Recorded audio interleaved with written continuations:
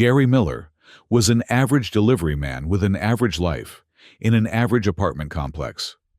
Nothing special, nothing extraordinary, just normal. That was until the day he received a job offer that would change not only his life, but potentially the fabric of the universe itself. The letter had appeared on his doorstep on a Tuesday morning, embossed with a symbol he'd never seen before. 3 interlocking spirals in gold, blue, and black. The paper felt strange, almost alive beneath his fingertips. When he opened it, the words seemed to shimmer before settling into English.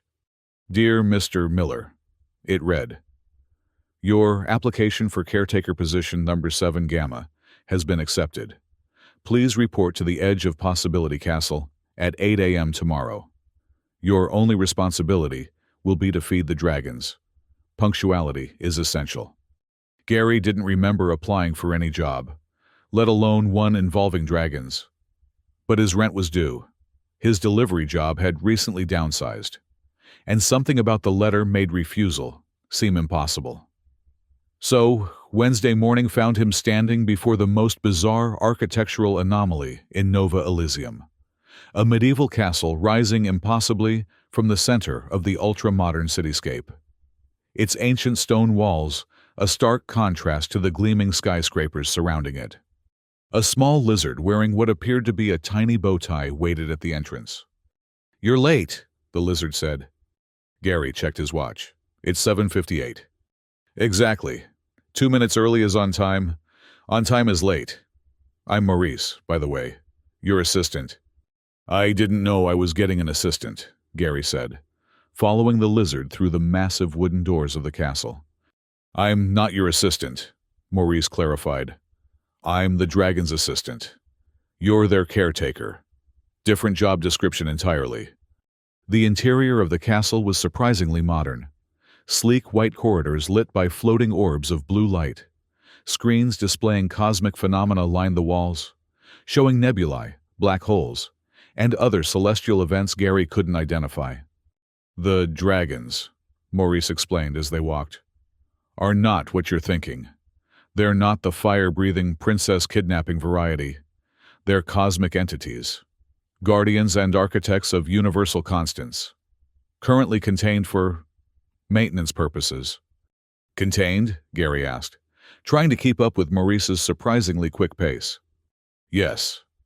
The Galactic Council decided they needed to be temporarily restrained, while certain cosmic adjustments were made. That was about 3,000 years ago. Bureaucracy moves slowly, even on a universal scale.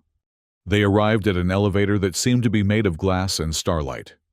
As they descended, Gary could see they were going deep beneath the castle, beneath the city, perhaps beneath reality itself. The temperature dropped, and the air became charged with an energy that made the hairs on Gary's arms stand up. "Your job is simple," Maurice continued. "Each morning, you prepare their meals according to the manual. You deliver the meals. You leave.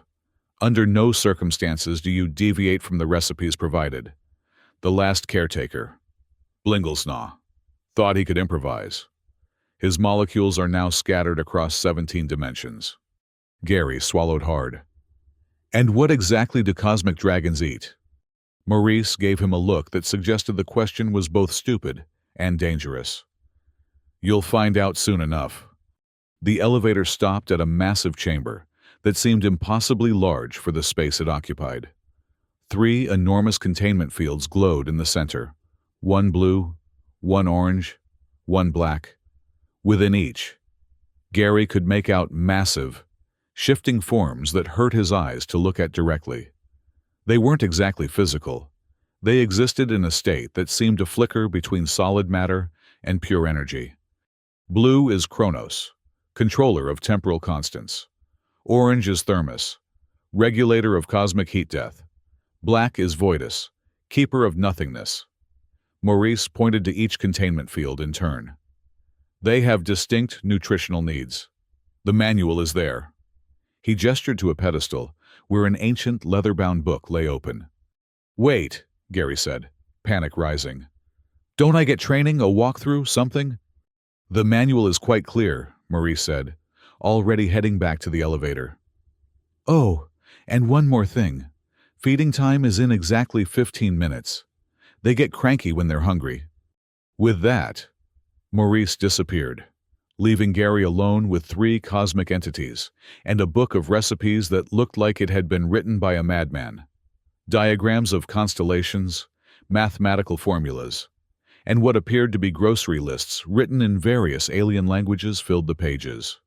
Gary took a deep breath and focused. The first recipe was labeled Morning Sustenance for Kronos, Temporal Stabilization Blend. The ingredients list included 3 cups of memory fragments, dawn-tinged preferred, 1 tablespoon of crystallized déjà vu, 2 quarts of liquid probability, a pinch of yesterday's tomorrow, no future memories, underlined 3 times. To Gary's surprise, a preparation area nearby held labeled containers with all these impossible ingredients. He followed the instructions as carefully as he could, measuring out the memory fragments, which felt like cold mist between his fingers, and the crystallized déjà vu, which gave him the strangest feeling he'd done this before. He repeated the process for the other 2 dragons, creating a heat-sink compound for Thermos and what the book called a void pudding for Voidus. Each recipe was more bizarre than the last, involving ingredients that defied physics and common sense. When the 15 minutes were up, 3 platforms extended from the floor near each containment field. Gary placed each meal on its designated platform, which then retracted into the fields. For a moment, nothing happened. Then the dragons began to feed. The blue dragon, Kronos, consumed the temporal mixture, its form rippling with satisfaction. The orange dragon, Thermos, absorbed the heat-sink compound, glowing brighter. The black dragon, Voidus, seemed to inhale the void pudding, becoming somehow even darker than before. Gary exhaled in relief. He'd done it. Day 1, successful. Maybe this job wouldn't be so bad after all. That night, back in his apartment, Gary dreamed of cosmic equations and recipes that could alter reality. He woke feeling strangely energized, already thinking about the next day's feeding. For the next 3 days, things went smoothly. Gary followed the manual exactly, prepared the meals, and fed the dragons without incident. Maurice would appear briefly each morning, observe with apparent approval, and disappear again. On the 4th day, everything changed. Gary was preparing Kronos's temporal meal when he noticed a small shelf he hadn't seen before. It contained jars labeled with words like childhood summers, first kisses, and forgotten birthdays. These weren't in the manual's ingredient list, but they looked like the same type of memory fragments he'd been using. I wonder, Gary muttered to himself. The manual had been very specific about not including future memories in Kronos's diet, but it hadn't said anything about these other types of memories. What harm could there be in a little variety? Perhaps Kronos would enjoy a change. Gary added a small spoonful of childhood summers to the mixture. The temporal blend shimmered with golden light, smelling faintly of ice cream and freshly cut grass. When feeding time came, Kronos consumed the modified meal eagerly. At first, everything seemed fine. Then, the blue containment field began to flicker. Kronos's form expanded, contracted, and began to emit pulses of blue energy that distorted the air around it. Alarms blared throughout the chamber. The elevator doors opened, and Maurice rushed in, followed by a tall, silver-skinned humanoid wearing elaborate robes covered in astronomical symbols. "What did you do?" Maurice demanded, his tiny bow tie quivering with rage. "I just added a little childhood memory," Gary admitted. "The manual didn't say not to." "The manual says follow the recipe exactly," Maurice shouted. The silver-skinned figure stepped forward. "I am Ambassador Celeste of the Galactic Council. You have disturbed a temporal constant. Already, we're receiving reports of time distortions across 3 solar systems." "What kind of distortions?" Gary asked weakly. People are experiencing their childhood simultaneously with their present, Celeste explained, her voice cold. Adults are suddenly building sandcastles during business meetings. Elderly people are skinning their knees on playgrounds that no longer exist. I didn't know, Gary said, horrified. Clearly, Celeste replied. We must stabilize Kronos immediately. Maurice, the emergency temporal neutralizer. Maurice produced a vial of shimmering silver liquid, which Celeste added to a new batch of Kronos's regular food. When fed to the dragon, the blue energy pulses gradually subsided. You are fortunate this could be corrected, Celeste told Gary. But understand, these beings maintain cosmic constants. The slightest imbalance in their systems can have catastrophic consequences.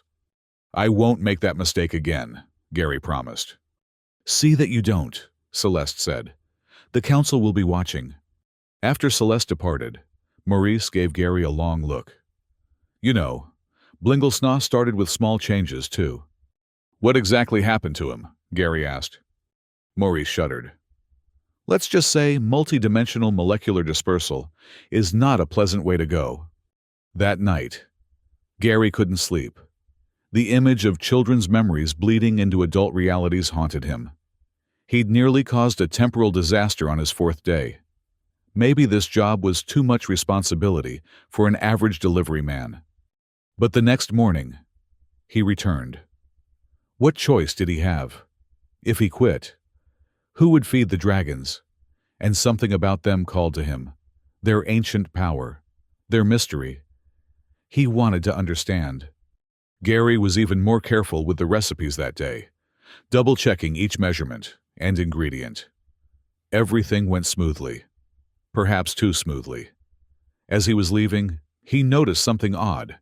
A faint orange glow coming from Thermos's containment field, brighter than usual. He consulted the manual. According to the diagnostic section, this indicated increased thermal activity, possibly precursor to cosmic heat acceleration. The prescribed solution was a cooling compound, but the ingredients listed weren't among his supplies. Gary hesitated.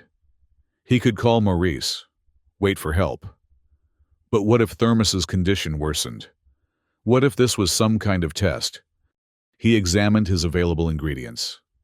If he combined the liquid probability with something called frozen potential and added a stabilizing agent, theoretically, it might work. Against his better judgment, Gary prepared the improvised cooling compound and fed it to Thermos.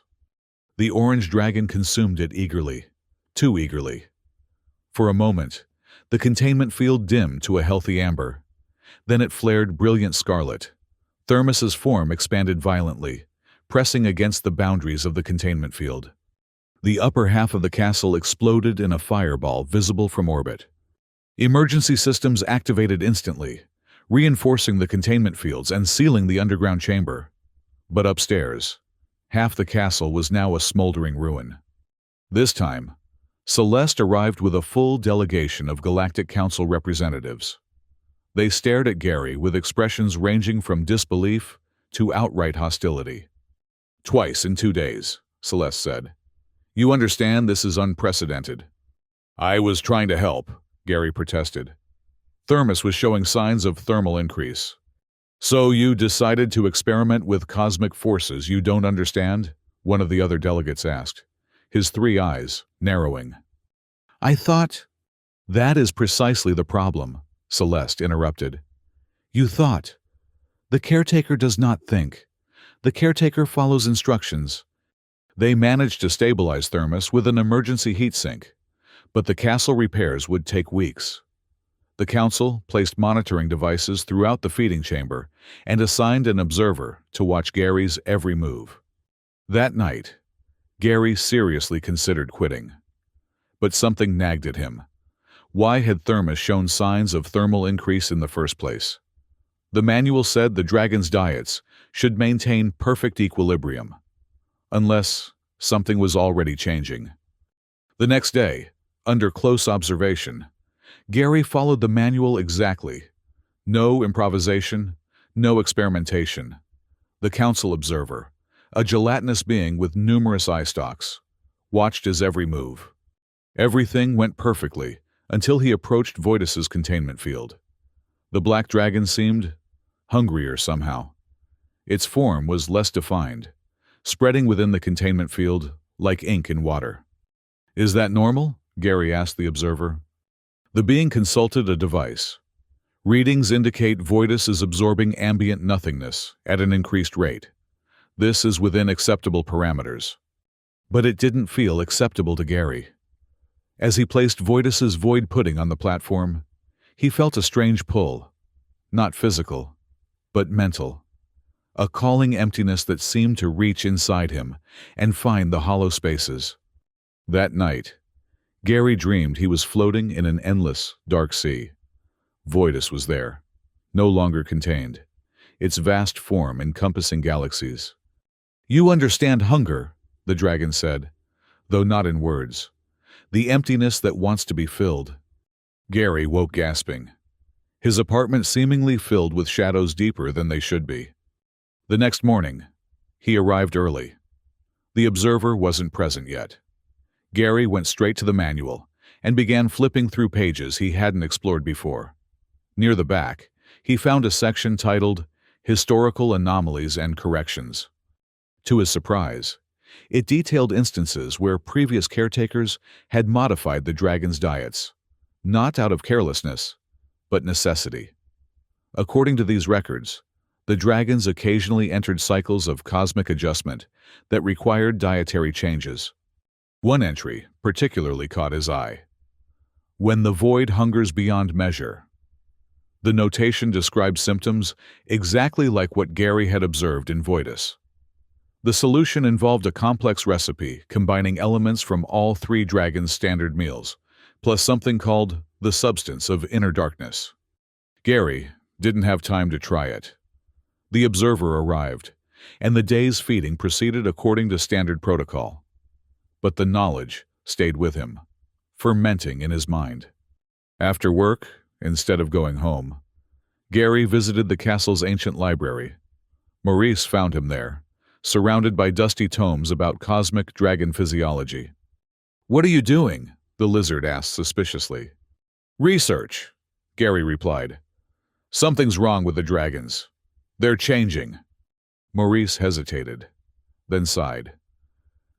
"You're not as stupid as you look. Yes, they're changing.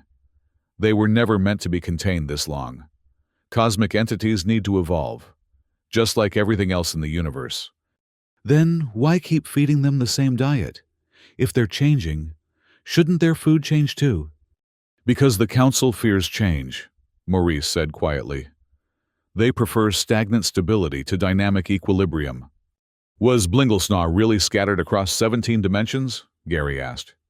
Maurice looked away. "No. That's just the story they tell new caretakers to keep them in line. Blinglesnaw actually discovered a way to evolve the dragon's diet safely. The Council removed him before he could implement it." "Removed him? They killed him?" "They reassigned him to a black hole monitoring station. Effective exile." Maurice climbed onto the table, his small eyes intense. "But he left notes, hidden in the library for a caretaker who would ask the right questions." Together, they searched until they found it. A small notebook concealed inside a hollow book about quantum gastronomy. Blinglesnaw's handwriting was cramped but legible, detailing his observations of the dragon's changing conditions and his experimental recipes.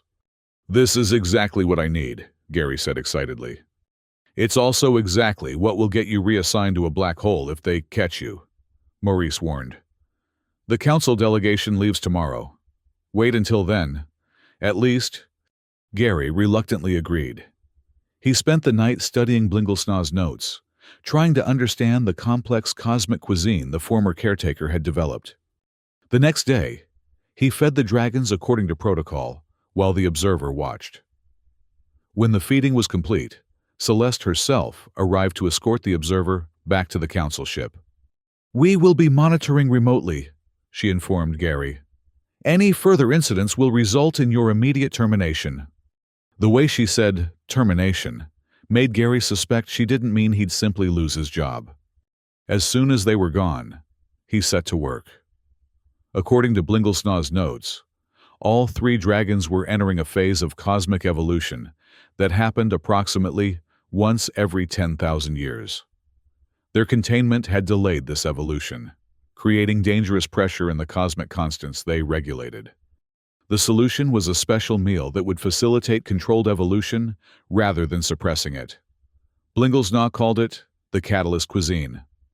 The recipe was incredibly complex, requiring precise combinations of ingredients from each dragon's standard diet, plus new elements Gary had never worked with before. For Kronos, he needed to combine past memories with carefully selected future possibilities. Not memories of the future, but potential futures. A subtle but crucial difference.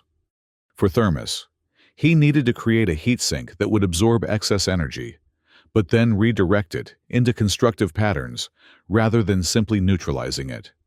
And for Voidus, this was the trickiest part. Blinglesnaw's notes indicated that Voidus required the substance of inner darkness, something from within the caretaker themselves, a fear, a regret, a void in the soul that could resonate with Voidus's hunger. That can't be right, Gary told Maurice. How do I feed my own fear to a cosmic dragon? The dragons don't just maintain cosmic constants, Maurice explained. They're connected to consciousness itself. Voidus particularly responds to the emptiness within sentient beings. Blinglesnaw theorized that's why the dragons were originally contained, because they can influence thought as well as matter. Gary thought about his own life, his loneliness, his sense of inadequacy, his fear that he would never amount to anything special. Could those feelings actually be useful for once? With Maurice's help, Gary spent the day preparing the catalyst cuisine. The process was exhausting, requiring not just physical labor, but emotional and mental focus he'd never experienced before. By evening, 3 new meals were ready. A shimmering blue temporal matrix for Kronos, a pulsing orange-white stellar core simulation for Thermos, and a deep black void infusion for Voidus, into which Gary had somehow managed to impart his own inner darkness. This will either work perfectly or destroy reality as we know it, Maurice said cheerfully. That's not helpful, Gary replied. Wasn't meant to be, just managing expectations. Gary activated the feeding platforms. As they extended into the containment fields, he felt a strange sensation, as if the dragons were suddenly paying attention to him for the first time. The 3 cosmic entities consumed their meals simultaneously. For a moment, nothing happened. Then the containment fields began to flicker. Alarms blared. The entire castle shook. "Is this supposed to happen?" Gary shouted over the noise. According to Blinglesnaw's notes, yes, Maurice called back. The evolution process requires breaking their chains. The containment fields pulsed with increasing intensity. Kronos's blue field shattered first, sending shards of what looked like frozen time scattering across the chamber. Thermos's orange field erupted next in a cascade of stellar fire that somehow didn't burn. Finally, Voidus's black field collapsed inward, creating a momentary singularity before expanding outward again. The 3 dragons emerged, their forms more defined than Gary had ever seen them. Kronos appeared as a serpentine creature made of shifting blue chronometric energy. Thermos as a winged being composed of orange-white stellar fire. And Voidus as a massive shadow dragon with stars visible within its darkness. They rose together, their enormous forms filling the chamber, breaking through the castle's foundation and into the city above. People ran screaming as 3 cosmic dragons emerged from the castle, rising into the sky above Nova Elysium. Gary and Maurice followed, taking the elevator up to what remained of the castle's top floor. From there, they could see the dragons hovering above the city, their forms generating weather patterns and gravitational anomalies that threatened to tear Nova Elysium apart. They're still unstable, Gary realized. The evolution isn't complete. Maurice checked Blinglesnaw's notes frantically. There's a second phase. They need a stabilizing agent after the catalyst cuisine, a harmonic resonance to balance the new evolutionary state. What kind of harmonic resonance? It doesn't say, Maurice wailed. The last pages are missing. A shadow fell over them. Gary looked up to see a galactic council ship descending, weapon systems activating. They're going to try to recontain the dragons, Gary said, or destroy them, which would destroy half the universe, Maurice added.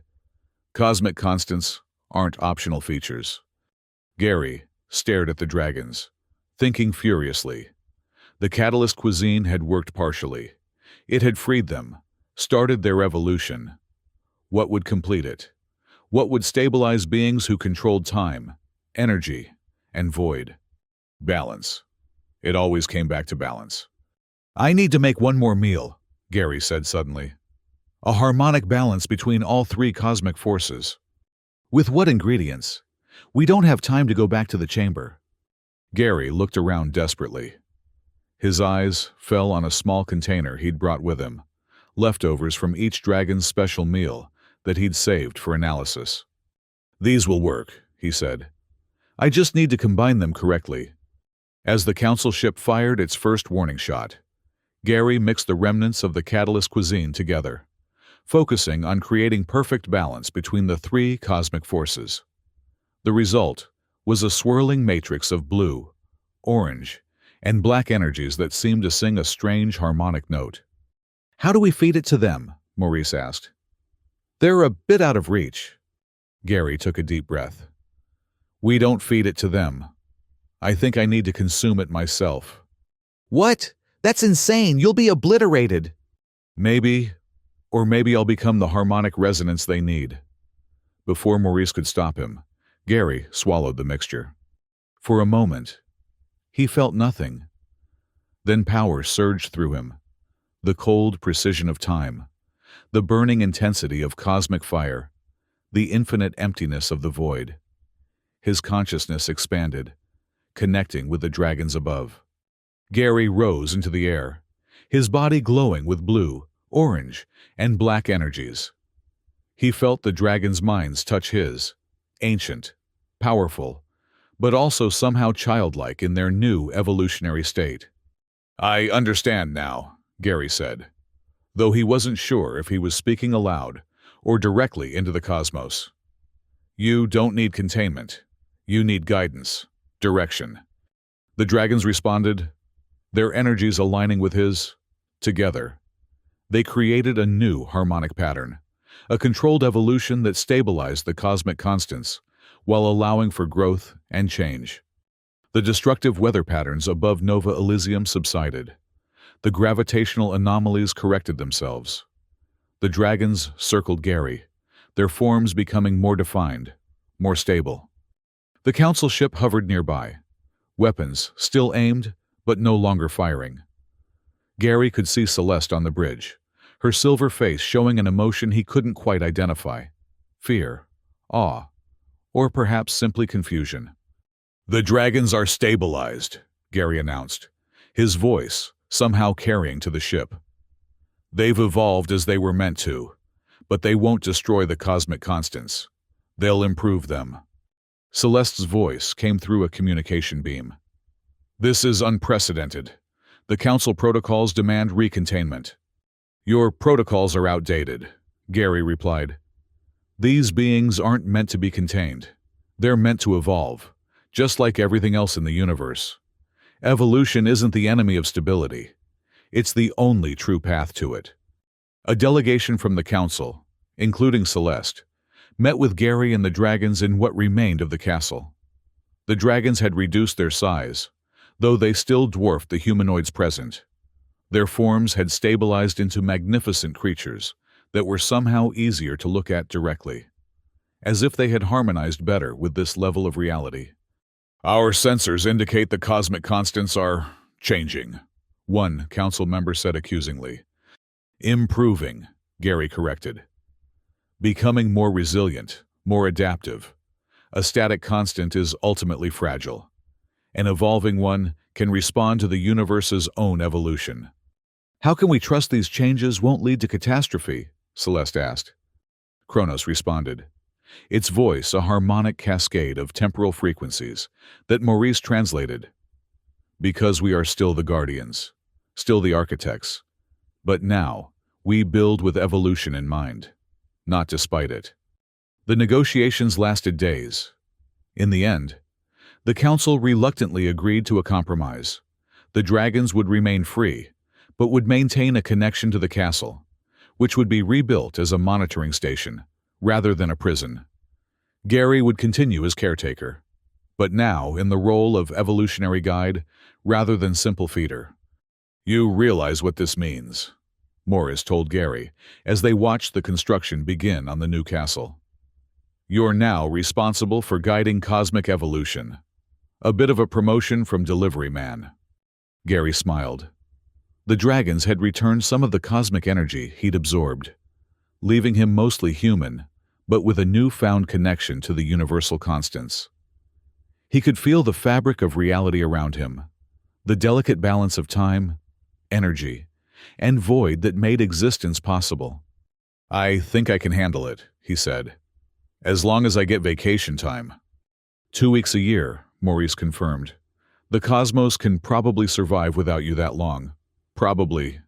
1 year later, the edge of Possibility Castle had been transformed. No longer a prison for cosmic entities. It was now a nexus of controlled evolutionary change. The dragons came and went freely, sometimes disappearing into the cosmos for weeks at a time before returning with new patterns to incorporate into the universal constants. Gary had his own apartment in the castle now, though he maintained his old place in the city. He needed that connection to ordinary life, weekend brunches, movie nights, dating apps that mostly led nowhere. It kept him grounded as he worked with forces that could reshape reality.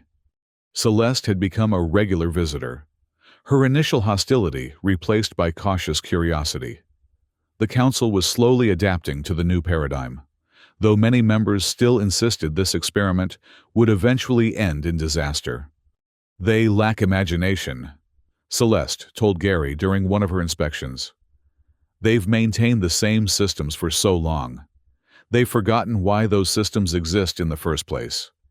To protect the universe, Gary said, watching Kronos demonstrate a new temporal pattern to a group of apprentice caretakers. The dragon could now create localized time fields that allowed for observation of past events without disrupting the timeline. No, Celeste corrected, to allow life and consciousness to flourish. Static systems eventually fail that purpose. You showed us another way. Gary's new feeding regimen for the dragons was considerably more complex than following a manual. Each meal was now a collaborative creation, designed to guide specific evolutionary paths while maintaining cosmic harmony. Sometimes, the dragons themselves suggested ingredients or combinations Gary would never have considered. Maurice remained by his side, though the lizard now sported a more elaborate bow tie and the title of Assistant Evolutionary Coordinator. You know what I still don't understand? Gary said one evening as they watched Thermos and Voidus perform a cosmic dance above the city, their energies intertwining to create auroras visible across the hemisphere. What's that? Maurice asked. Why me? Why did I get chosen for this job in the first place? I was just a delivery man. Maurice adjusted his bow tie. Perhaps because you were just a delivery man. No preconceptions. No rigid training in cosmic maintenance. Just a human with the capacity to see things differently. He paused. Also, your application was quite impressive. I still don't remember applying.